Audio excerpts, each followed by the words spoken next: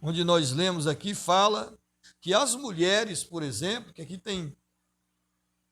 aqui fala dos profetas, homens, né? E a parte final da leitura que nós lemos vai falar das profetas, das mulheres, né? E como elas profetizavam lá por um pedaço de pão, por um bocado de cevada, ou seja, eles profetizavam em busca de salário, em busca de ganho, né? Louvado seja Deus.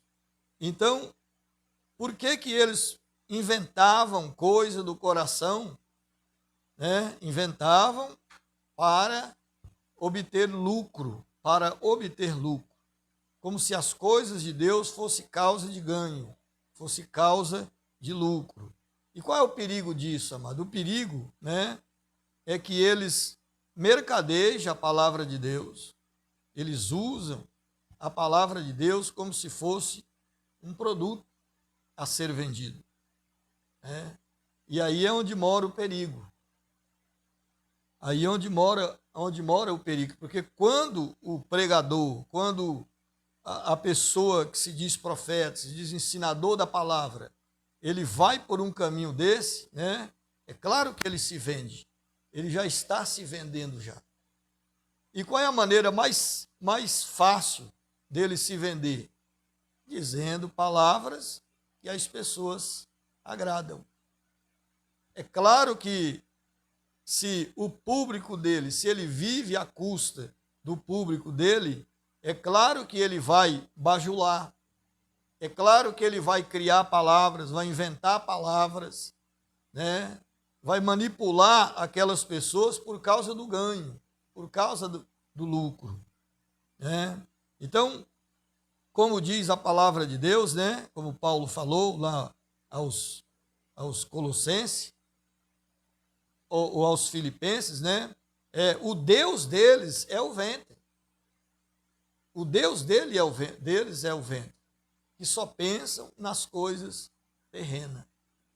Então, onde que está o coração deles? Nas coisas terrenas.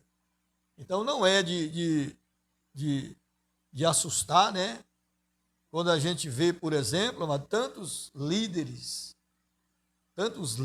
de igreja acumulando cada vez mais fortunas, acumulando cada vez mais riquezas.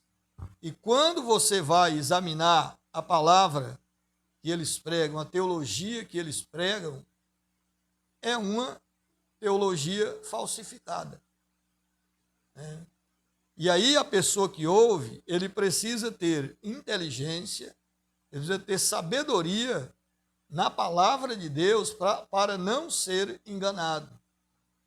Por isso que o inimigo ele quer de todas as formas que nós não estudamos a palavra de Deus, que nós não conhecemos a palavra de Deus, justamente para ser enganado de forma fácil, de forma simples, né? Lá em 2 Pedro, capítulo 2, a Bíblia fala que eles são dissimulados, são pessoas dissimuladas, e eles ensinam heresias encobertamente.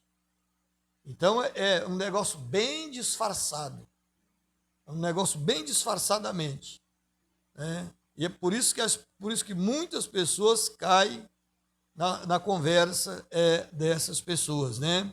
Louvado seja o nome de Jesus. Assim diz o Senhor Jeová: ai dos profetas loucos, que seguem o seu próprio espírito e coisas que não viram. Então, olha que coisa maluca. Eles não viram nada, mas eles falam que viram. Por isso eles são mentirosos, profetas mentirosos. Porque eles falam aquilo que Deus não mandou falar. São invencionices, são coisas do coração, não é? Louvado seja o Senhor dos Exércitos. Então, como que a gente faz, então, amados, para conhecer se essas pessoas são falsas ou não? Outro dia eu vi alguém dizendo assim, né? Vi alguém dizendo assim: as pessoas falam que o falso profeta, ele profetiza e não acontece. E aí a pessoa dizendo assim, não, mas acontece sim. A maioria das palavras que o falso profeta fala se cumpre. Aí ele citou, por exemplo, Balaão, né, como símbolo de falso profeta. Só que Balaão, ele não é símbolo de falso profeta, por exemplo, de visão. Ele não é um falso profeta porque ele viu algo, porque ele profetizou algo e disse para a pessoa, isso vai acontecer, isso, isso e isso. Ele não era esse tipo de falso profeta. Aí ele citou, por exemplo, que tudo que Deus falou para ele se cumpriu. E é verdade. E é verdade. Só que quando Deus estava falando com Balaão, Balaão ele estava a serviço de Deus. Então ele era um profeta de Deus ali. Ele não era um profeta de Satanás, ele era um profeta de Deus. Deus estava falando através da boca dele. Por isso que as coisas que ele falava se cumpriam. Amado? Então até nisso você tem que ser esperto, porque a pessoa, por exemplo, ele vai ensinar uma coisa dessa e a pessoa, às vezes ele não tem um conhecimento mais ou menos, aí ele olha, é mesmo, o falso profeta ele fala e se cumpre. Mas não é verdade isso. Isso não é verdade. O Balaão, ele é conhecido como falso profeta. A Bíblia diz que é porque ele ensinava Balaque a lançar tropeço a Israel, né? Ele lançava tropeço a ensinar as mulheres a se prostituir. Então ele tinha uma doutrina. Qual era a sua doutrina que ele lançou? Qual é a doutrina que ele lançou? Ensinar as pessoas a se prostituir. Essa era a doutrina dele. Porque às vezes o cara acha que um falso profeta, por exemplo, é só aquela pessoa que tem visão.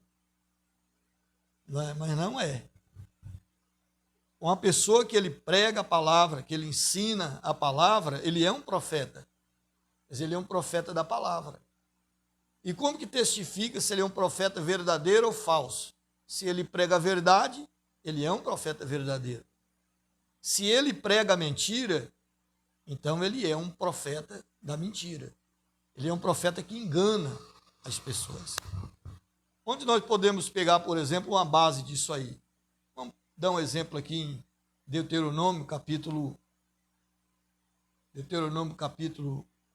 13, né?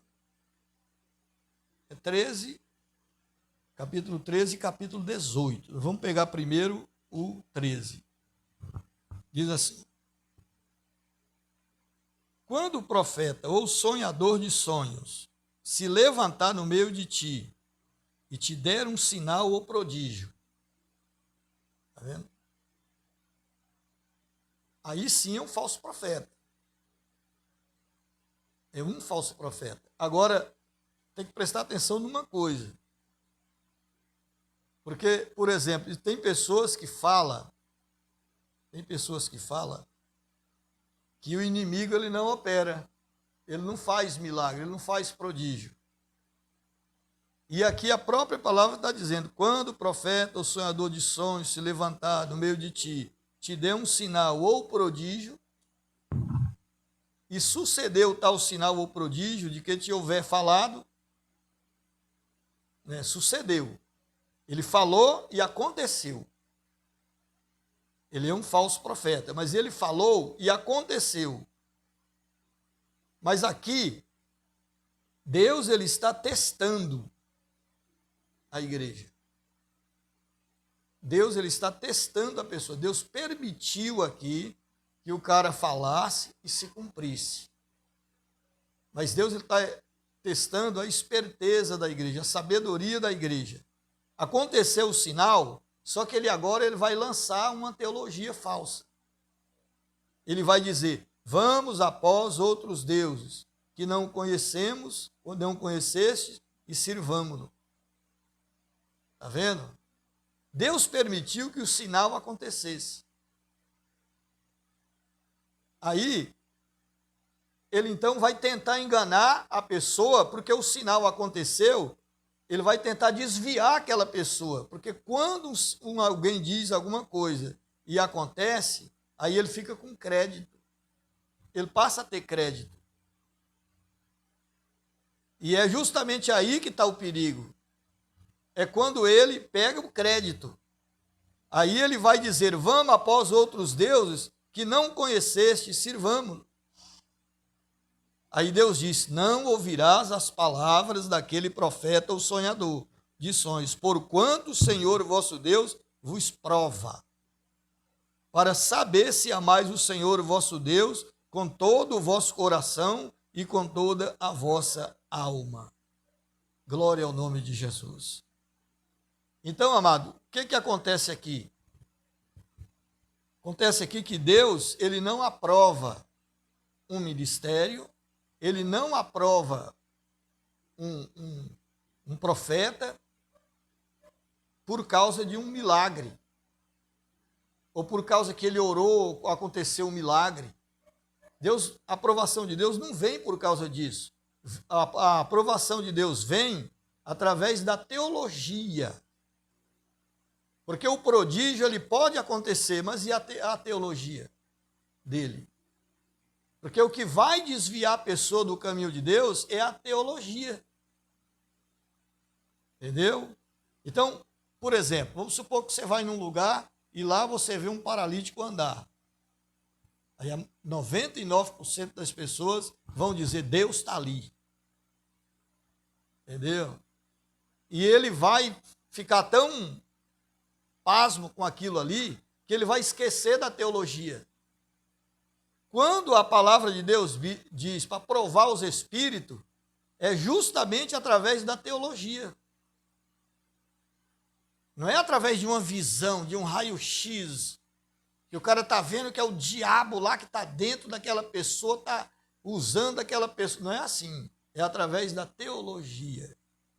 Tudo bem, o paralítico andou, andou. O cego enxergou, enxergou. Qual é a teologia dele? Ele ensina a verdade? Ensina. Então ele é de Deus. Ele não ensina a verdade? Ele não é de Deus. Ele não é de Deus. Por trás daquele sinal pode haver algo. Alguém diz, não, o diabo ele não tem poder para operar sinais. Mas tem, mano. A Bíblia diz que tem. Né? Agora eu vou te levar lá para Apocalipse, capítulo de número 16 e o versículo 13.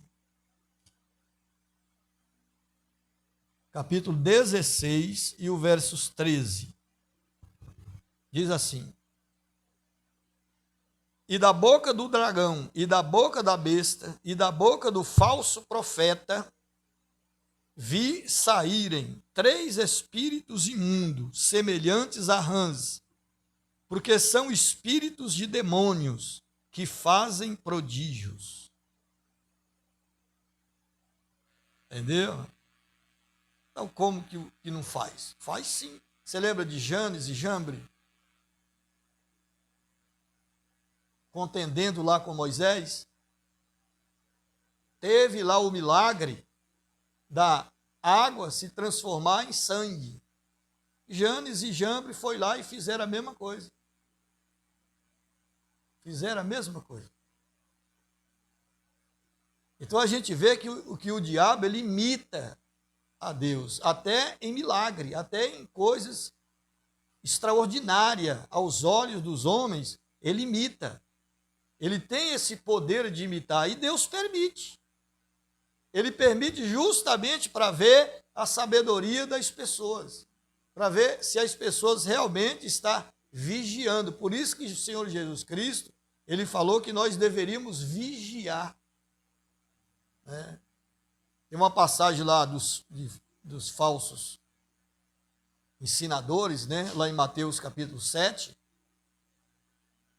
que fala que a árvore se conhece pelo fruto, né? Que a árvore se conhece pelo fruto. A árvore boa dá bom fruto, a árvore má dá má fruto. Claro que ele está falando aí tanto do comportamento ético da pessoa, como de doutrina. Aí os falsos mestres, né, vão chegar até o Senhor naquele dia e dizer: Senhor, Senhor, nós não profetizamos em teu nome? No teu nome não fizemos maravilhas? E Jesus vai dizer: aparta-vos de mim, não vos conheço. Né? De onde saiu aqueles milagres? Será que realmente é porque eles falaram no nome de Jesus? Ou não?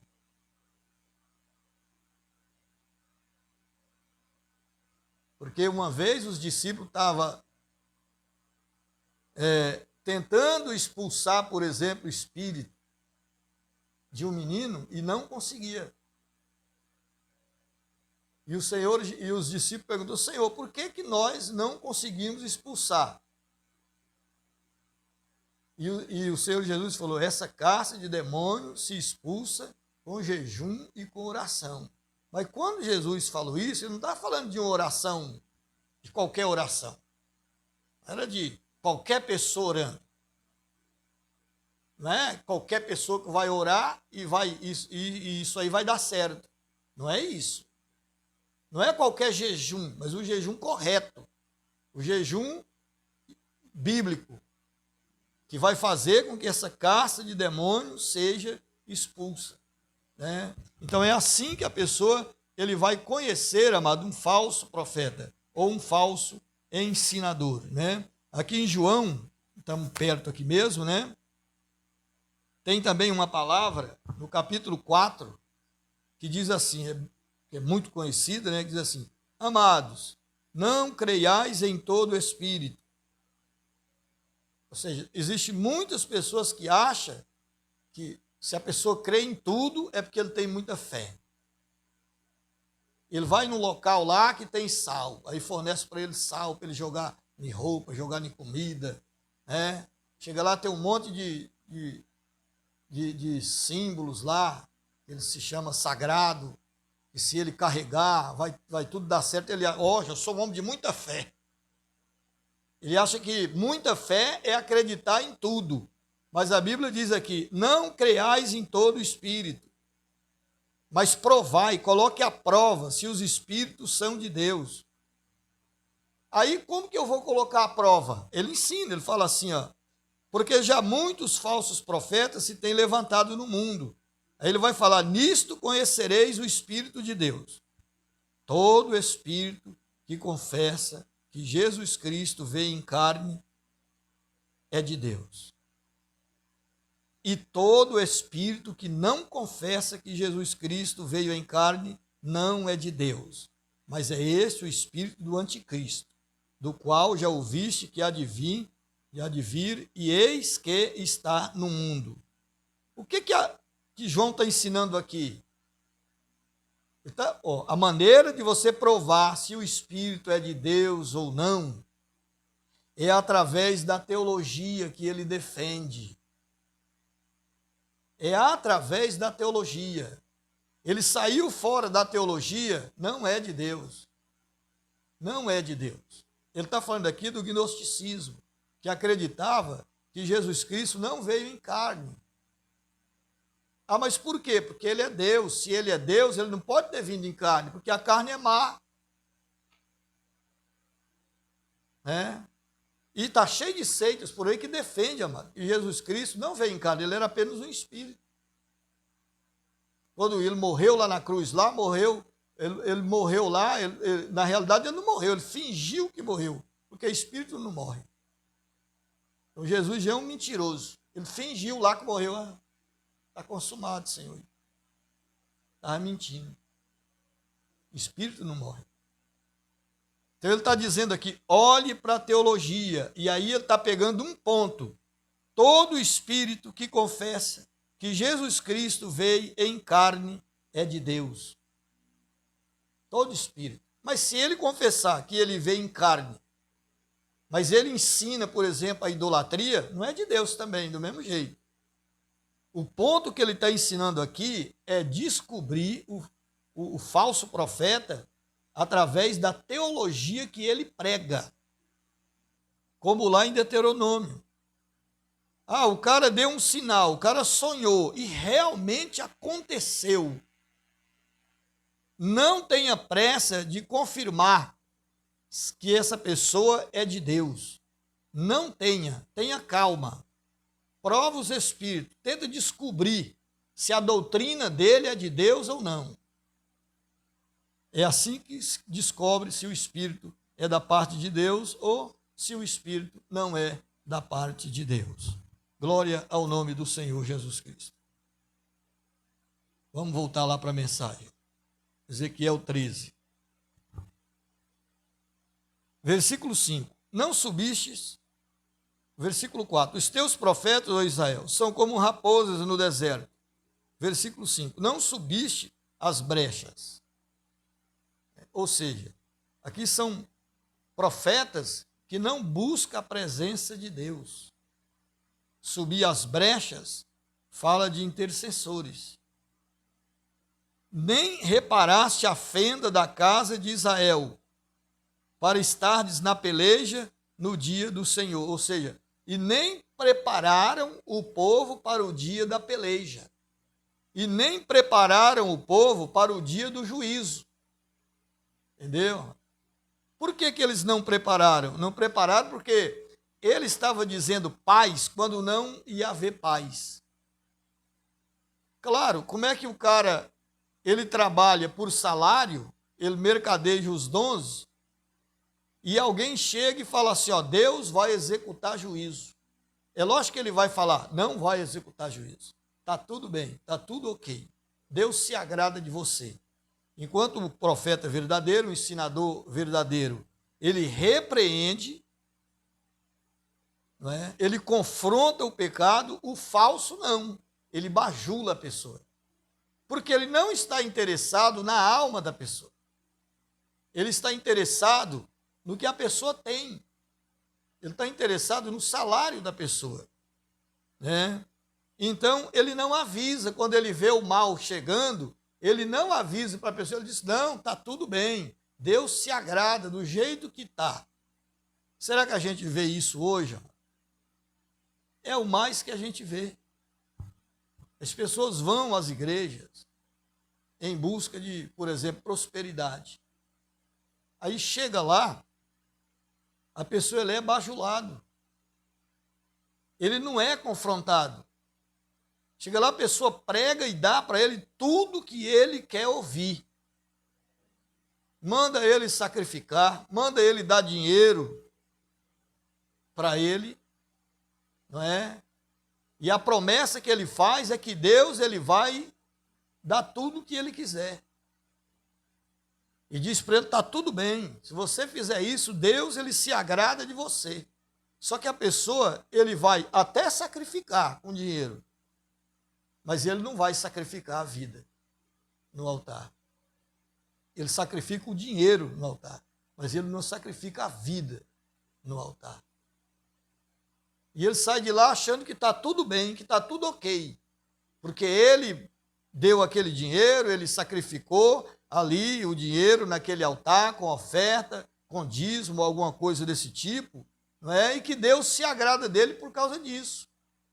Mas quando vem o juízo, aquele falso profeta ou aquele falso ensinador não pode fazer nada por ele. Porque, na verdade, vai ser destruído os dois. Tanto a parede, como o que reboca de cal, com cal a parede. A Bíblia fala que cairá a parede, que é a pessoa, e também aquele que reboca a parede, que é o falso ensinador. Né? Vê vaidade e adivinhação, mentirosos que dizem, o Senhor disse, quando o Senhor os não enviou, e fazem que se espere o cumprimento da palavra. O cara, ele profetiza e fala com a pessoa assim, pode ficar esperando. Pode esperar, porque Deus ele vai se cumprir. Mas não cumpre. A palavra não cumpre. E qual é o perigo disso? O perigo disso, amado, da falsa profecia, é que com o tempo as pessoas se desvia do caminho de Deus, por causa da decepção sofrida. Ele esperou, mas não veio. Muitas pessoas se desviam da fé. Muitas pessoas, e leva, quando ela não se cumpre, leva as pessoas a escandalizarem. Esse aqui é o perigo. Por isso que Deus, ele não quer que a pessoa fale no nome dele. Se a pessoa quiser falar, fala dele. Fala, eu estou falando isso, não Deus. Mas se ele atribuir aquilo ali ao Espírito de Deus, atribuir a Deus e não se cumprir, as pessoas vão dizer que Deus, ele é mentiroso. Louvado seja o nome de Jesus. Não vedes visão de vaidade, não falais adivinhação mentirosa, quando dizeis, o Senhor diz, sendo que eu tal não falei? Eu tal não falei? Portanto, assim diz, como falais vaidades e vedes a mentira, portanto, eis que eu sou contra vós, diz o Senhor. Então, a pessoa fala mentira e as pessoas ouvem a mentira. O que eles estão fazendo? Estão trazendo Deus contra elas. Estão se tornando inimigos de Deus.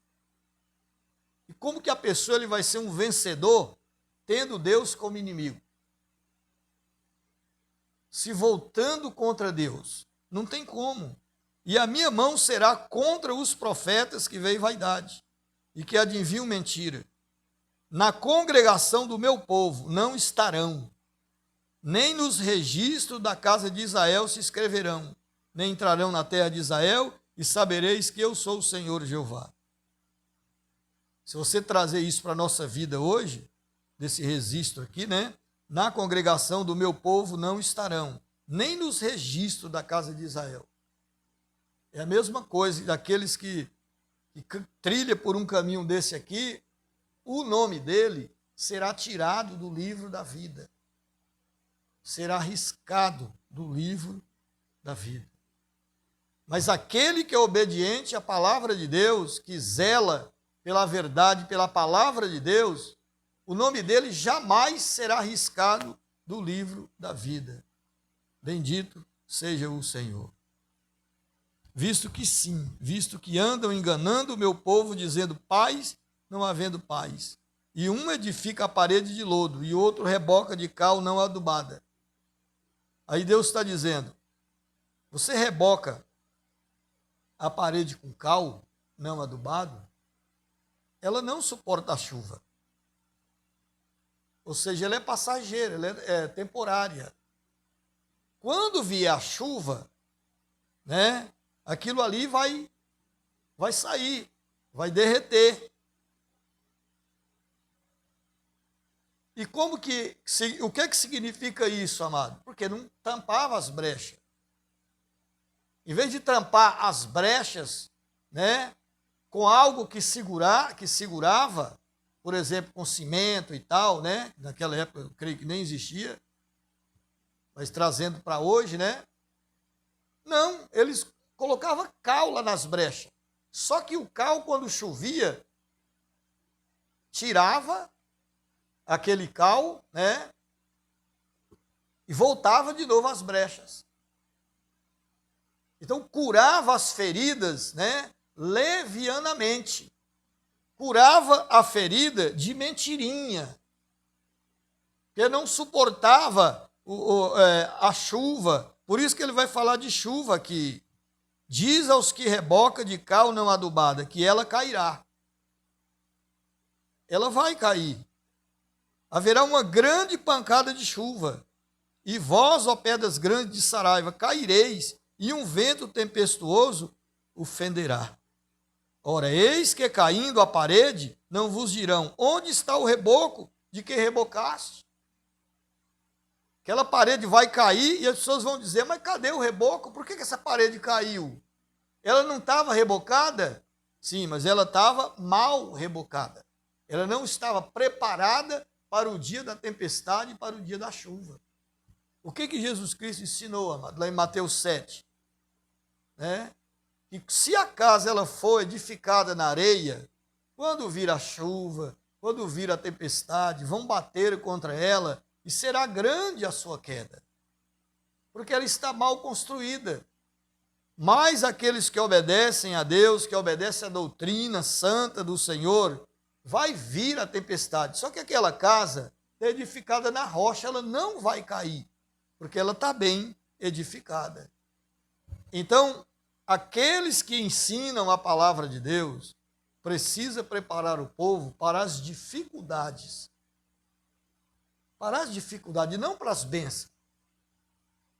As bênçãos, na realidade, amado, ela acompanha a pessoa que é obediente. É assim que diz a palavra de Deus. Não precisa correr atrás de bênçãos. As bênçãos é que corre atrás daqueles que obedecem a Deus.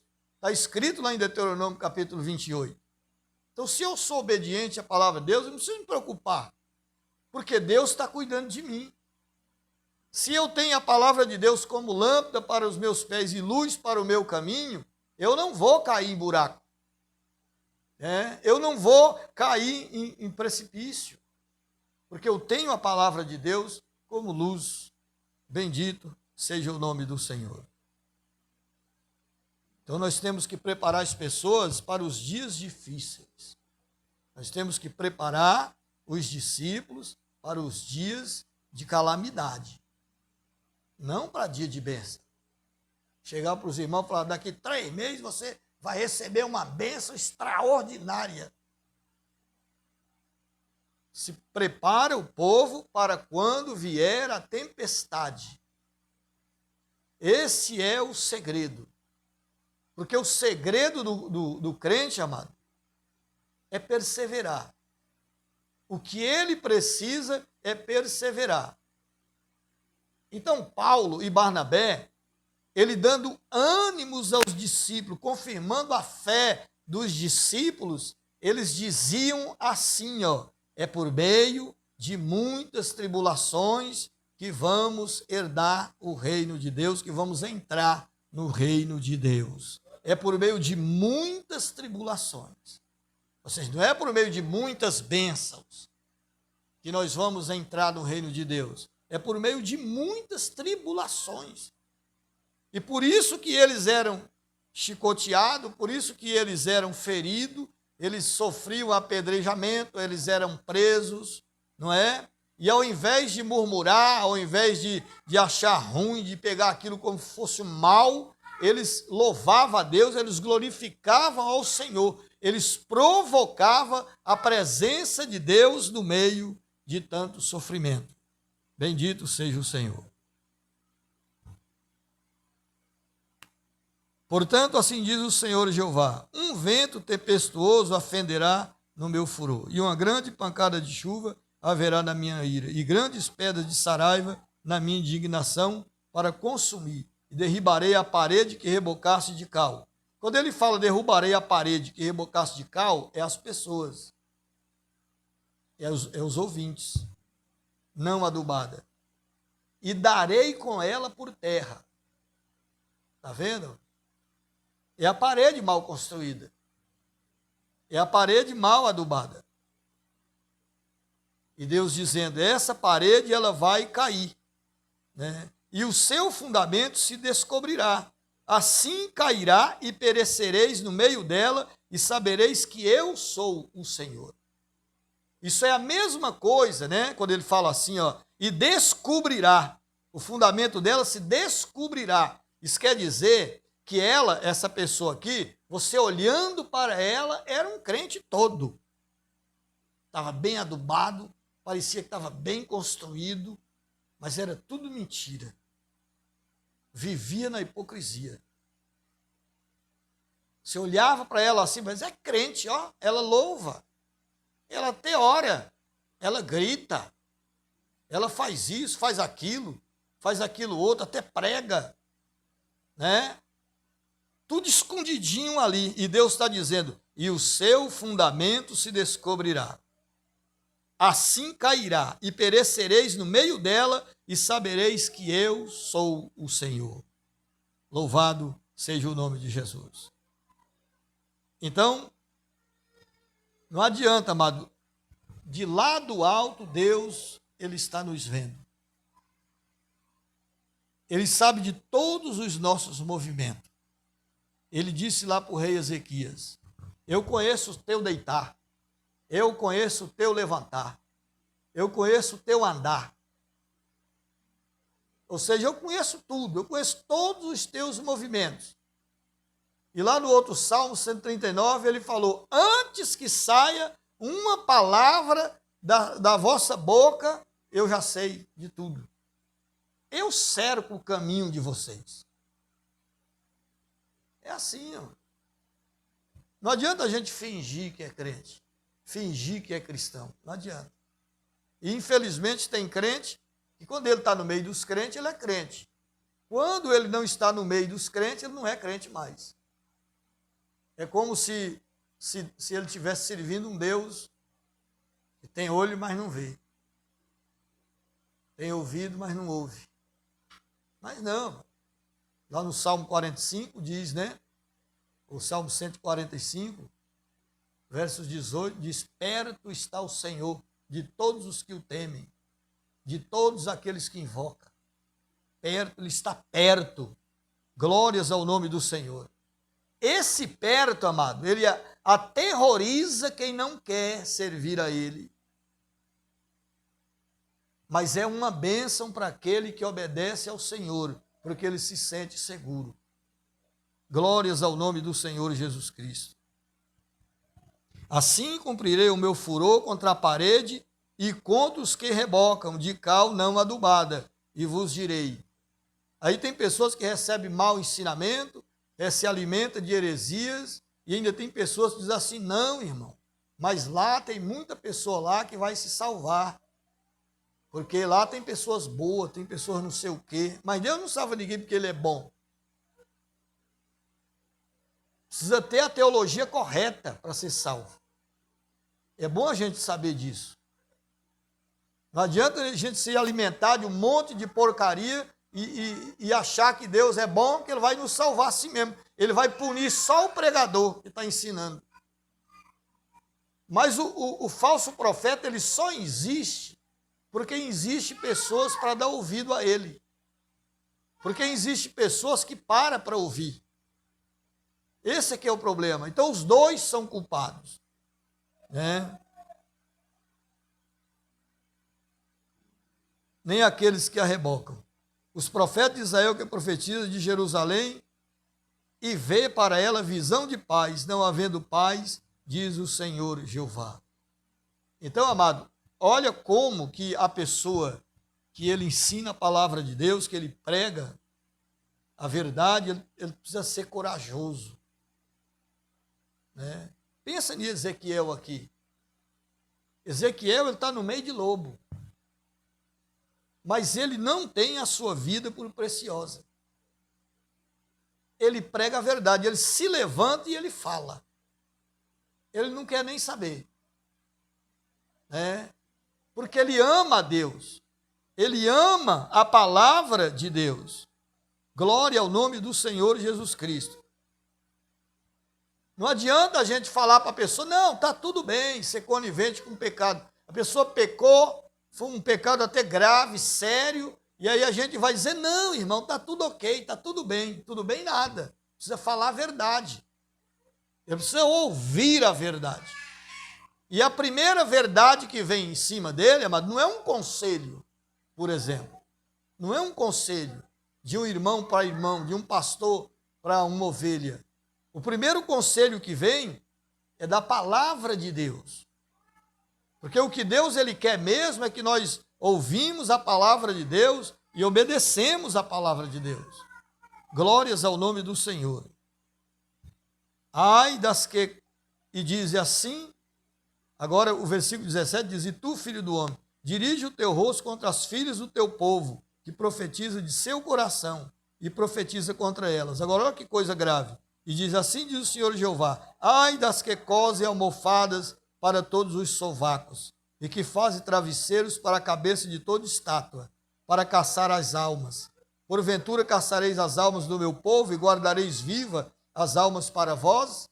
Ou seja, Está vendo, amado, como é que elas fazem? Elas querem as pessoas para elas e não para Deus. Elas querem as pessoas vivas para elas, para servir a elas, para ser servo delas e não servos de Deus, para ser discípulo delas e não discípulo de Deus.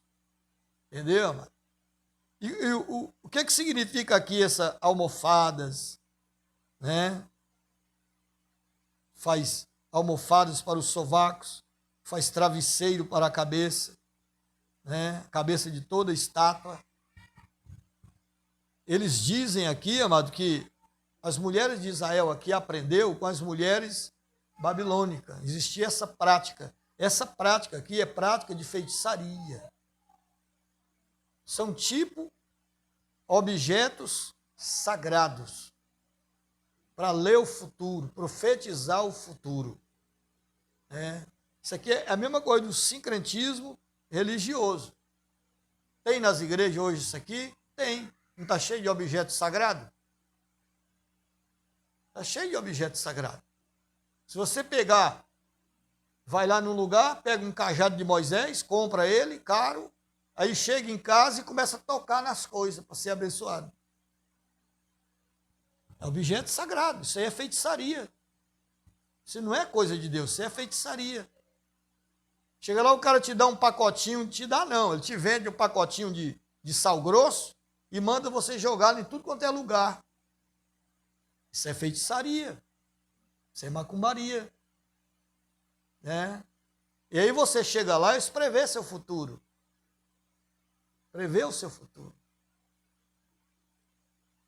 Então, isso existe. Só que eles fazem isso com um objetivo. A gente vai ver aqui. Né? A gente vai ver aqui. Ó. Portanto, assim diz o Senhor: eis que eu vou contra as vossas almofadas, com que vós ali caçais as almas, como aves. São caçadores. Está vendo?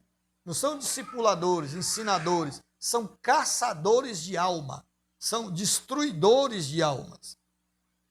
Aí ele diz assim, ó, e as arrancarei de vossos braços, e soltarei as almas, que vós caçais como aves, e rasgarei os vossos véus, e livrarei o meu povo das vossas mãos, e nunca mais estarão em vossas mãos, para serem caçados, e sabereis que eu sou o Senhor. Glória ao nome de Jesus Cristo. Visto que entristecesse o coração do justo com falsidade. Por que isso aqui, amado? Você pode ver que não está ao contrário. Entristeceu o coração do justo com falsidade, porque quando o justo vê essas coisas, o que ele faz?